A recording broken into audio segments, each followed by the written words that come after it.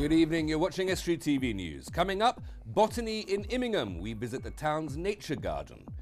And checkouts in Scunthorpe, a new style of supermarket. And I'll be talking to two men about fish. Welcome to Estuary TV News. I'm Hugh Richards. First of all, it's over to James Dunn for the news headlines.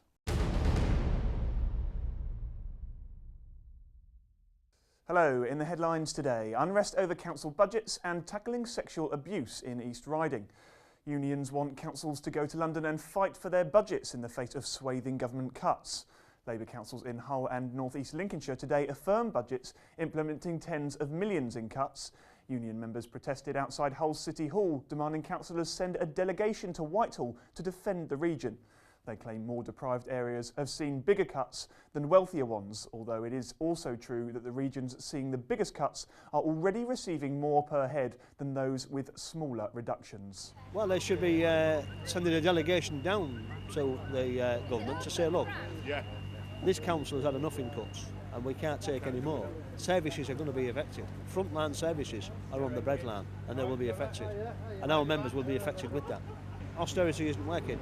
And the rich are getting richer and the rest of us are getting by.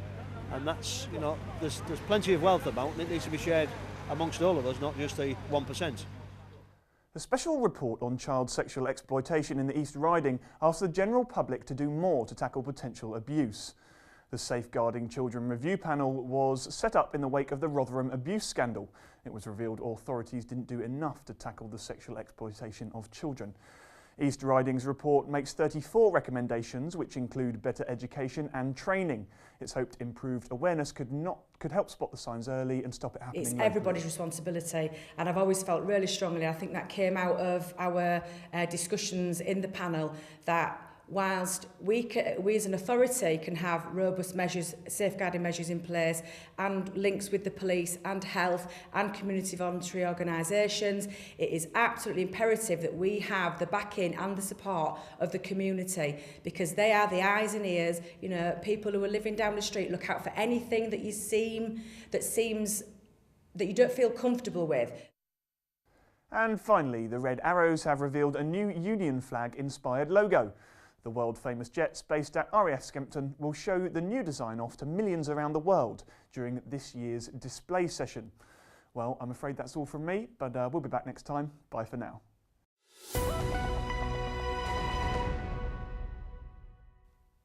Immingham has already seen success in Britain in Bloom, and now the cycle continues with preparations for this year's In Bloom competition already started.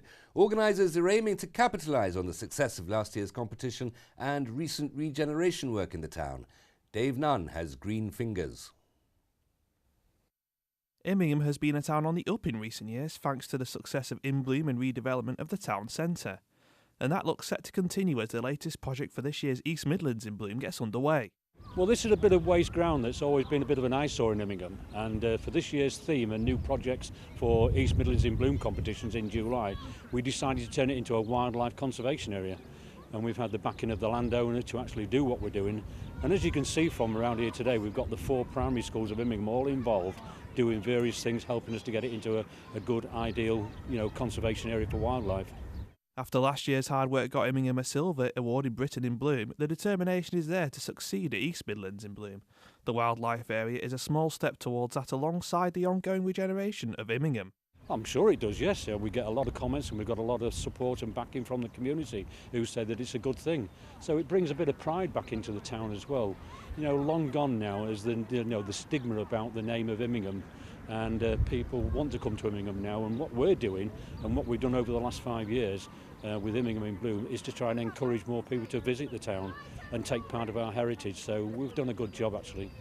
The goal of regeneration is also something that large local companies can get behind, just like the main sponsors of the In Bloom project in Immingham, ABP.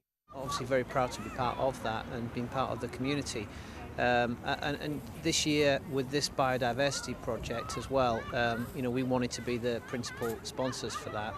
The port itself does impact or could impact on the community, so it's certainly important for us to be part of that community. And being a very significant employer in the area, we wanted to be part of this. The Biodiversity Project is a small start to this year's In Bloom campaigns for Immingham and signals the continuation of a wider project to allow Immingham to blossom into its true self.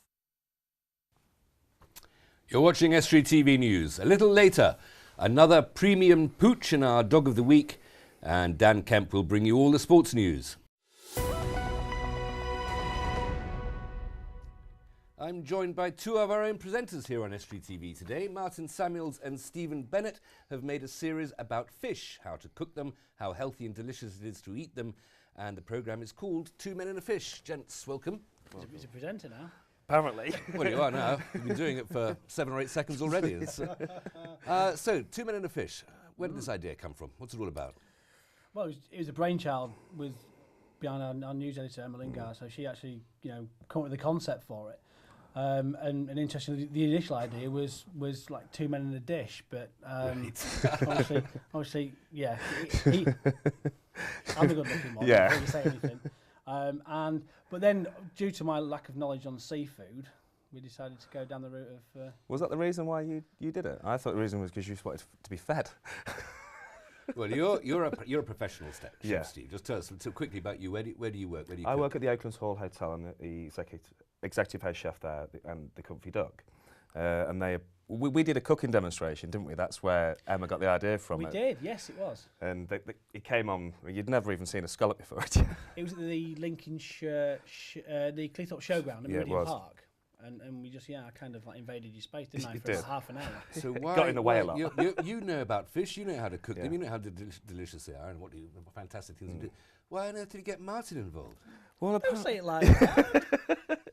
well, it was almost like it was kind of to educate people a little bit more on, that fish is obviously it's the health aspect, but actually from a cost point of view, and actually we're in Grimsby. Yeah. Well, in Grimsby, we eat probably less fish than the rest of the country. Well, that's dreadful, isn't it? Yeah. Considering we're so close to them. Exactly. So, Martin, you were on board as the sort of token, typical ignorant person. Yeah. You can put it like that, all right. And what did you learn out of it? What did you get out of it? Well, what did Steve teach you? I think the only thing that I noticed and realised in the end was it's about education.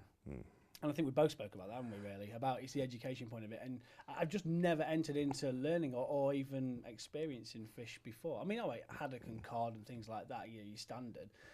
Fish fingers with the children. Yeah, it was quite strange. I went into a school, and this is kind of one reason I wanted to do it, and I took a cod in, a whole cod, and the children couldn't tell me what it was.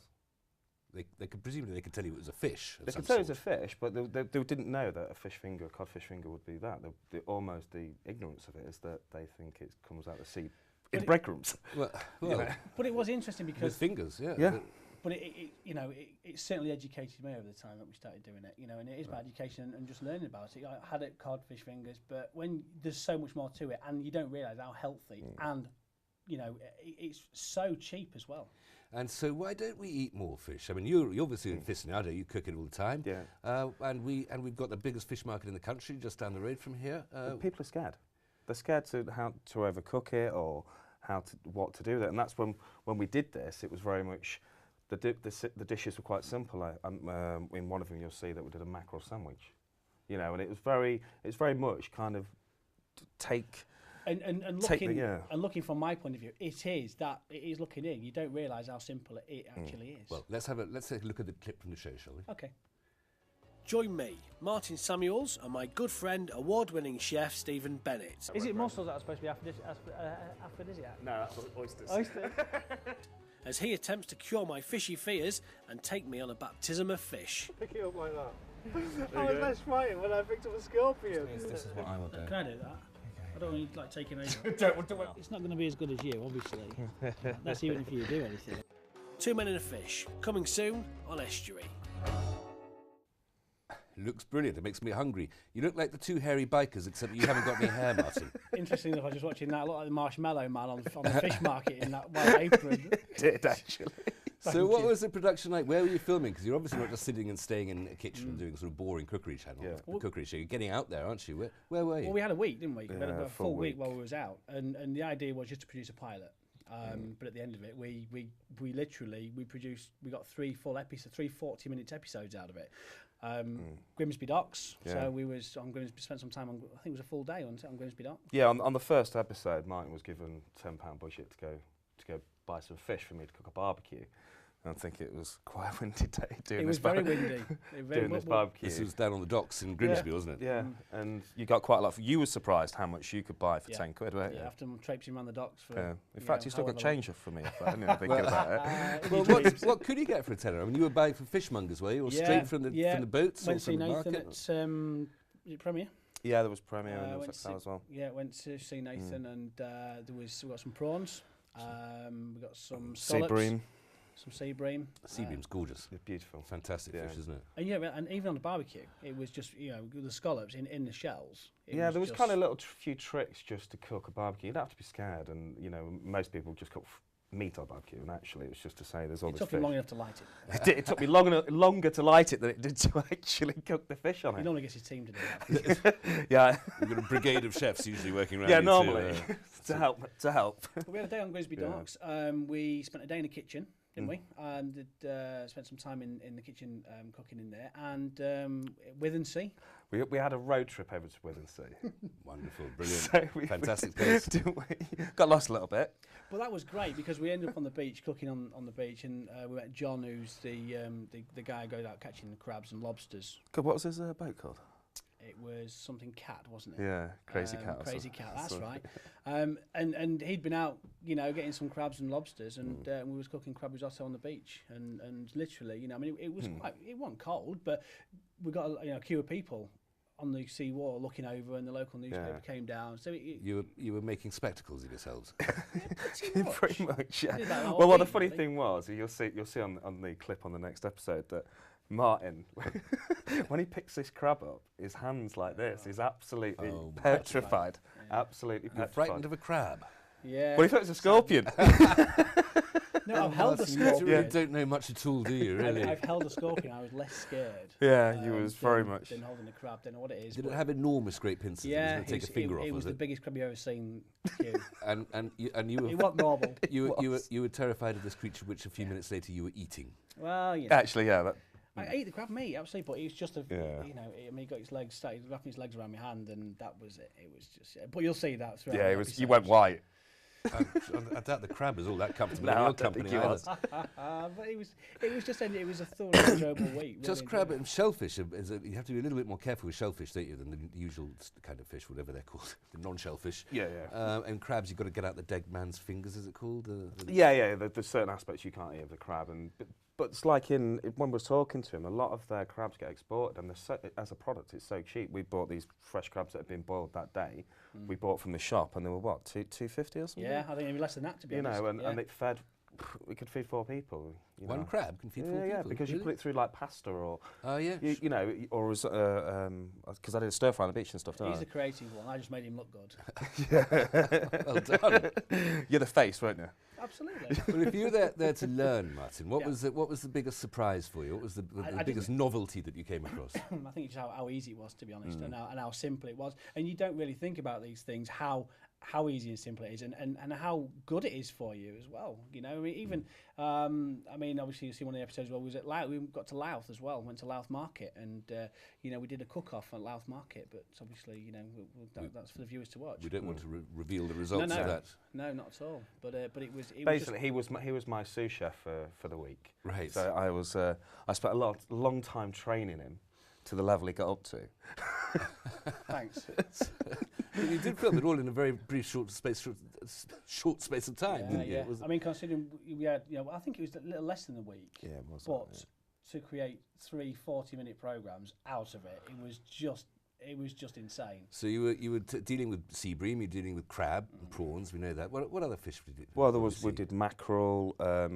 We created a dish because I wanted to try and teach you something to cook for your missus, weren't there? That's right. So it was kind of, and we used the bream with that, and then we kind of did it with a potato and then with a nice carrot puree, and didn't make it too complicated, so we could actually produce this at home without me. Simplicity is the soul here, isn't it? Yeah, soul is no pun Yeah. intended. But, well done. It's the piece of cod that passeth understanding.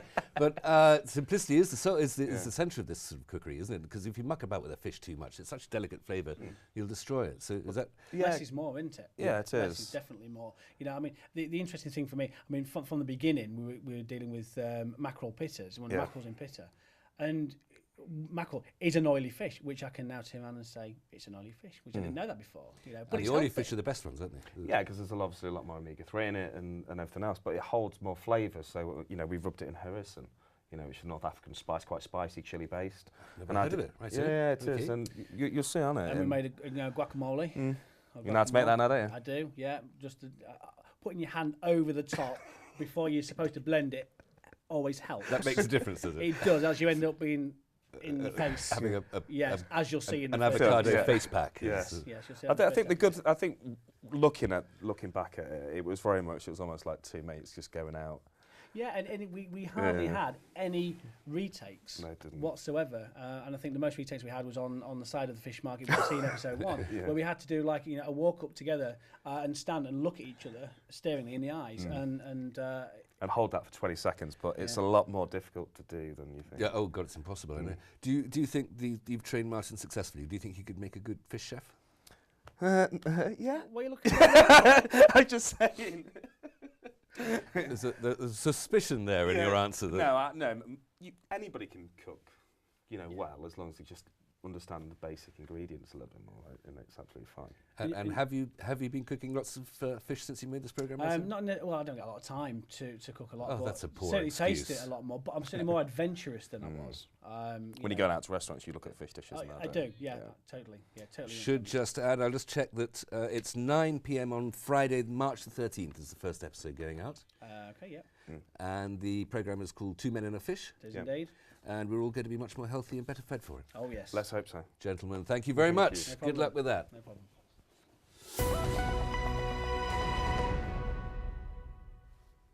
A new and different type of supermarket has sprung up on a Scunthorpe industrial estate. Shoppers there won't just notice the low prices, but also, apparently, the community aspect of the shop.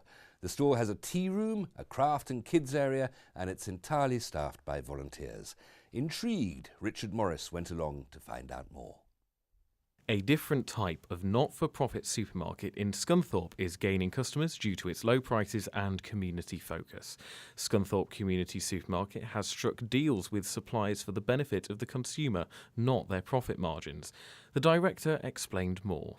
It is pretty much what the title says. It is a community supermarket. We are completely staffed by volunteers. Nobody takes a wage out of this place. We are here to help the community. All our profits that the shop makes goes back into the community. So every penny we make goes back. So if you shop here, you know that you're doing some good for your own community. And it is what you see. We are a supermarket, come craft area, come all sorts of different stuff, coffee shop as well, meeting place. For the community to get together, to support each other, to meet each other, and save a lot of money on the food shopping. The margins are quite tight, but we also do it because of the unit that we're in, because we keep the overheads to a minimum, because we don't pay staff wages, because we've got low rent and low rates. We can sell the food a lot cheaper than major supermarkets. The supermarket's unique model means that vocational training for people in the area is easily possible. What happens at the moment is all the profit that comes in funds vocational training programs. So anybody that's long-term unemployed, although particularly people that have come from long-term sort of backgrounds of drug abuse, alcoholism, abusive relationships, that kind of people we're specifically trying to help. Dennis, a reformed alcoholic and now volunteer at the store, says that it's changed his life. A big difference to me in my life is I'm keeping my mind occupied. I'm learning new stuff every day. I enjoy working with Elizabeth and Simon, and they have helped me in a lot of ways.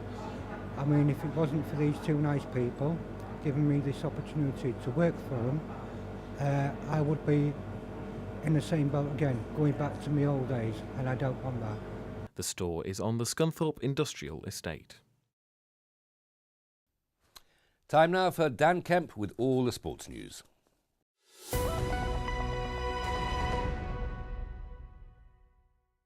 In 48 hours' time, we'll know if North Ferriby United have made it to Wembley. The FA Trophy semi-final is finally poised at 2-2 ahead of Saturday's second leg, when the Villagers host Bath City and United go into the tie as favourites. You've got to be delighted coming back here on level terms. On our own pitch, we've got to be favourites. It'll be a tough game, but home advantage, you couldn't wish for more, really. Meanwhile, off the field, the club are appealing for donations to improve their facilities. The North Ferriby United Stadia project includes plans to complete works to add 500 seats to the ground, as well as building new catering and toilet facilities on the stand side and complete new turnstiles. After beating Scunthorpe United on Tuesday night, Barnsley have appointed Oldham Athletic manager Lee Johnson as their new boss. He signed a 3.5-year deal at Oakwell after Danny Wilson was sacked earlier in the month. In Rugby League, it's been confirmed that Hull's Casey Stadium will host the opening game of a 3-match test series between England and New Zealand. The game is scheduled for Sunday the 1st of November, and the stadium joins London's Olympic Stadium in hosting a test match. It'll be the first Rugby League game to take place at the newly adapted stadium. Wigan's DW Stadium will host the third of the fixtures. And in the Northern Counties East Premier League, Bridlington Town won last night by 2-1 at Albion Sports. And on Saturday have a derby against high-flying Cleethorpes Town, whilst Barton Town Old Boys are at Athersley Recreation. A league down, Grimsby Borough, Louth Town and Botsford Town all have away matches, and Hall Road Rangers are at home, all of which are 3 p.m. kick-offs. And that's all for the sport.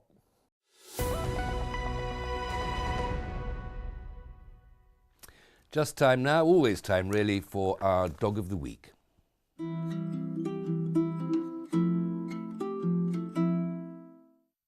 Dog number 170 is a Ridgeback Cross Rottie. He's been with us a month. He is chipped, that's why he's called Benson. He's 6 years old, lovely, gentle giant, quite easy to be controllable, so yeah. I'm still with Steve Bennett and Martin Samuels, our 2 men and a fish. Just let's clarify, what time is this programme going out? Well, I've done the voice promo for it, and it's 8:30. So Okay, 8:30, possibly 9 o'clock. Yeah, worth waiting for anyway on Friday, March the 13th. Is there any sort of launch party? Is there any sort of celebrations? And why haven't I been invited? Well, that's tonight, Hugh, actually. Right. We've got one at the Oaklands Hall Hotel. why don't you come along, Hugh? Well, thanks for taking a hint. Oh, is that what it was? Yeah, just a bit. Oaklands Hotel, what can I be expecting to? What sort of fish am I going to be eating there? Well, I'm just going to be doing some mini fish canopies, so there's going to be some smoked salmon canopies and some bits, and then we'll go just have a couple of glasses of champagne. Excellent. Who's going to be doing them? Yeah. Me and you, Martin. You two can bicker away. We have to finish there. Thanks very much, chaps. If you've a story for us, please go to our Facebook or Twitter pages. Details are on the screen. Email news@estuary.tv or telephone Grimsby. That's 01472 31 553. Until tomorrow, good evening.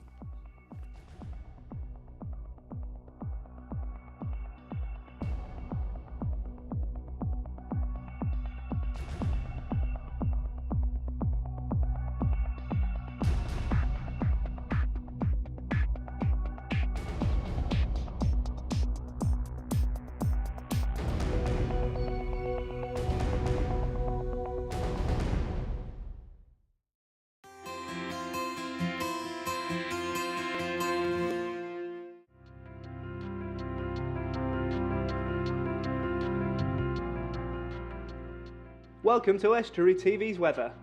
A breezy and bright Friday with sunny spells and with any wintry showers over the Pennines tending to die out in the afternoon and a maximum temperature of 8 degrees. Early rain on Saturday, then further wet and windy weather likely in the evening.